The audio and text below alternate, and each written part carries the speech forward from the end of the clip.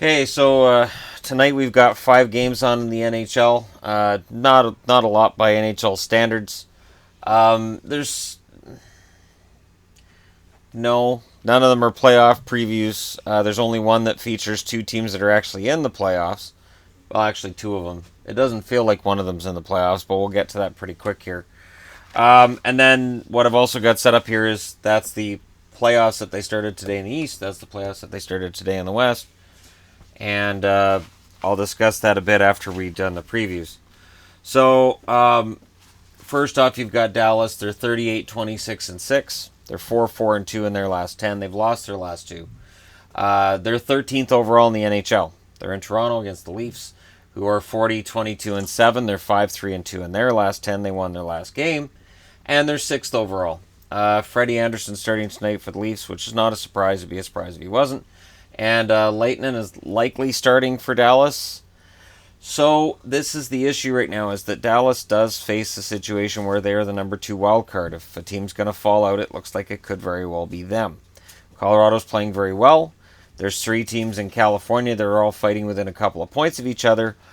And Dallas could be the team that ends up missing the playoffs, and all 3 California teams could get in. I'm really kind of surprised, and yet, I don't know, I'm not sure what the issue is. It's like Dallas is good in every area of the game, not the best in any one area of the game, and maybe that's part of what's hurting them, is that there's a part of their game that doesn't work on any given point in time. But yeah, last night against Montreal, it just wasn't working, and Niemi stood on his head, but it wasn't working for them. And it doesn't really matter what the reason is why. Dallas is now in a position where they are precariously perched in the playoffs, and it's only just barely in the playoffs. And now they get to go to Toronto, and the Leafs are due for another winning streak. Austin Matthews is close. I haven't heard that he's back tonight, but I know he's close to coming back, and that's bad news for fans who want to see Toronto fail as well. Toronto is entrenched in third now. They're 9 points back of Boston, so I don't need to report on who's standing where. But Toronto's just working now on getting healthy and getting their game in shape before the playoffs. And good news for them is Dallas has been mediocre for a while now. Next up, so Jersey, 35, 26, and 8. 4, 6, and 0 in their last 10. They won their last game. They're 19th overall in the NHL. They're also precariously perched. The Vegas Golden Knights, 45, 19, and 5. They're 6, 3, and 1 in their last 10. They've won their last 3. They're 4th overall in the NHL, and now they're home off of a long road trip. So a very successful road trip for Vegas, a team that at the start of the year and through the first couple of months was excellent at home and not bad on the road, not great. Now, their home record has suffered a bit, and I only mean compared to that excellent opening record. And now their road record looks excellent. So I'm not sure that there's an advantage to be found with playing Vegas, whether it's at home or on the road. These two teams faced each other not that long ago. I would expect a Vegas win here, but that being said, the game is more important to Jersey. Vegas is entrenched in first place. They're not going anywhere in that division. And they don't strike me as a team that's overly concerned with catching Nashville and finishing first in the conference. They have 95 points. Nashville's sitting with 100. A 5-point difference isn't too hard to overcome for most teams, and yet, again, they don't really need it. I would expect, again, Vegas, much like Toronto, just get yourself healthy, get ready for the playoffs. Maybe give Fleury some rest at some point. And for New Jersey, well,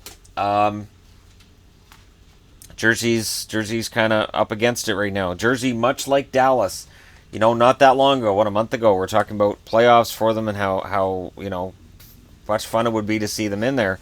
And yet we're in a position where it looks like Jersey could find themselves outside looking in too. If Florida can manage to keep up some decent play that they've been, capable of the last couple of months, barring what happened with them against Ottawa in their last game. But again, you got to expect a letdown here and there. Or, Florida. I'm talking about Florida. Then Florida's going to give New Jersey a run for its money. Of course, Florida still has 4 games left against Boston. And I mention that because those are going to be big for both teams. And they're really not going to like each other by the end of those 4 games that they have against each other. All right, so that one's set. And next up, we've got Pittsburgh. So the Penguins 26-4. They're 6-4 in their last 10. They won their last game. They're ninth in the NHL overall. They're in against the Rangers, who are 31-32-7, 4-4-2 in their last 10. They won their last game.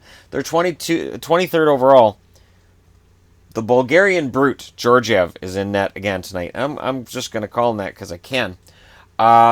It's a good story, and it would be fun to see Georgiev beat the Penguins, because if he can emerge as a solid option in net, and I mean, we were talking about prospects for the Rangers last summer. We were talking about Rangers goaltending prospects, and I don't remember his name coming up.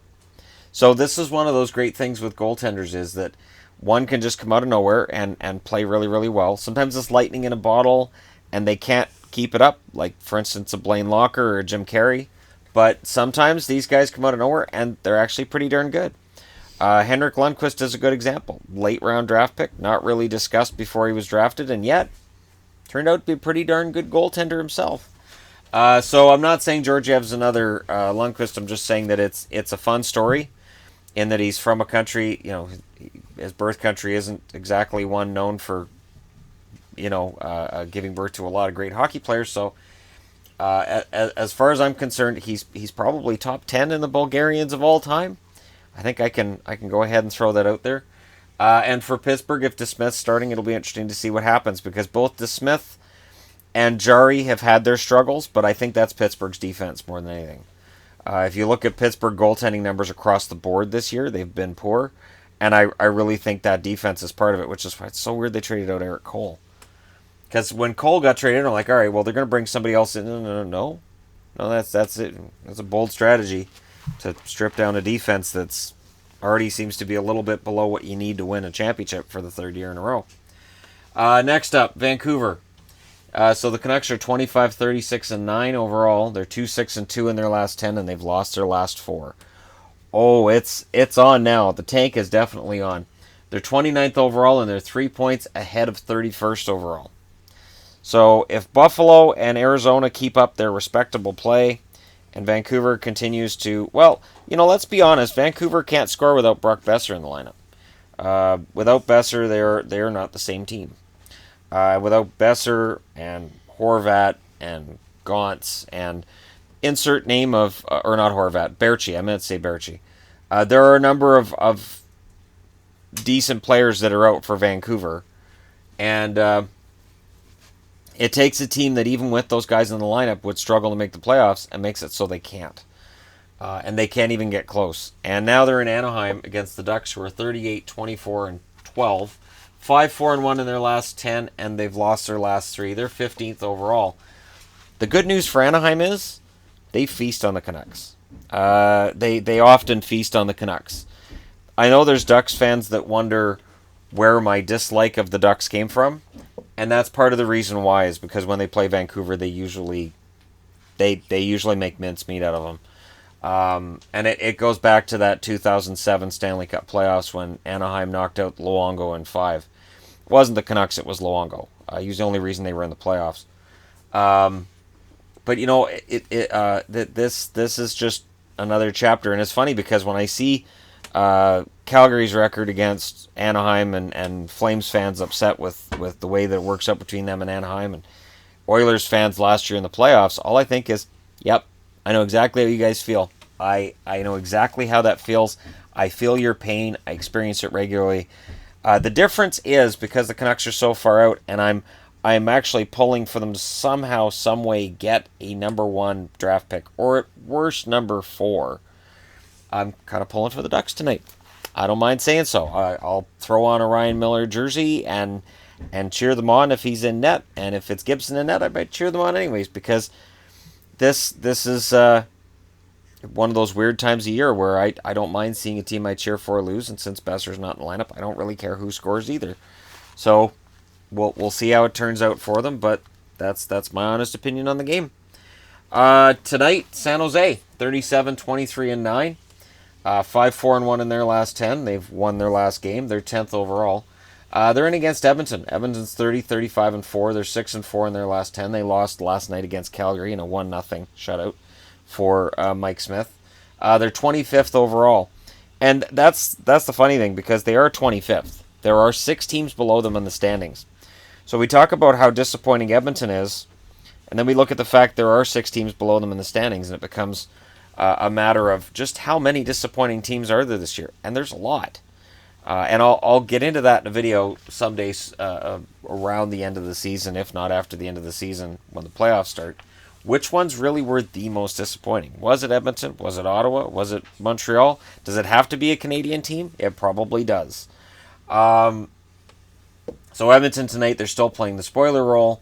They will look to do so against the San Jose Sharks. I give them even odds in this one. The Sharks have been really up and down over these last 10 games, especially 5-4-1. If San Jose can get on a run, great, because San Jose is in a good spot right now for the playoffs. But we're not there yet.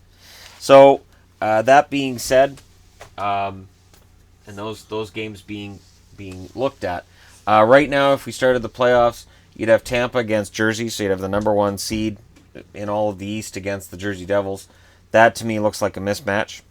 You'd have the Washington Capitals against the Columbus Blue Jackets, and that looks like probably the most American-looking series you can come up with. Be a lot of red, white, and blue on the ice. Be quite the patriotic matchup. Be the first time those two teams have played each other. It'd be interesting because you have Columbus that has never won a round against Washington, a team that never wins in the second round. So, if Washington won this round and then lost in the second round, that would kind of be poetic. Pittsburgh would play Philly, of course, in a battle to end all battles. If anybody can knock out Pittsburgh in the first round, it would be Philly, because they really just hate each other. Boston and Toronto, I've talked about that one before. I still like Toronto's odds. I know Boston's way ahead of them. Boston's playing great, but I still think Toronto's got even odds. And out west, you've got Nashville and Dallas. This is because Colorado won last night. Dallas lost. Colorado's got a game in hand. So technically, they are ahead of Dallas. If they lose that game in hand, it switches back.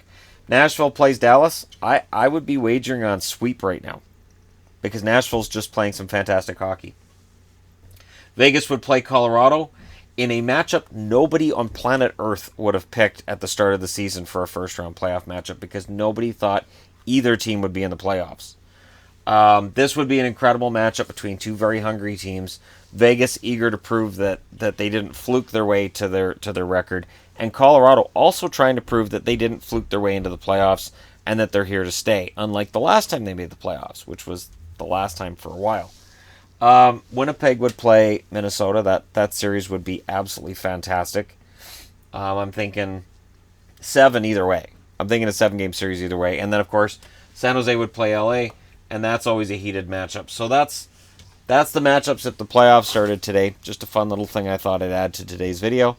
Let me know what you guys think in the comments section below. Don't forget to hit like and subscribe if you're browsing your way through. You just happened upon this video. And thank you guys so much for watching. I'll talk to you again soon.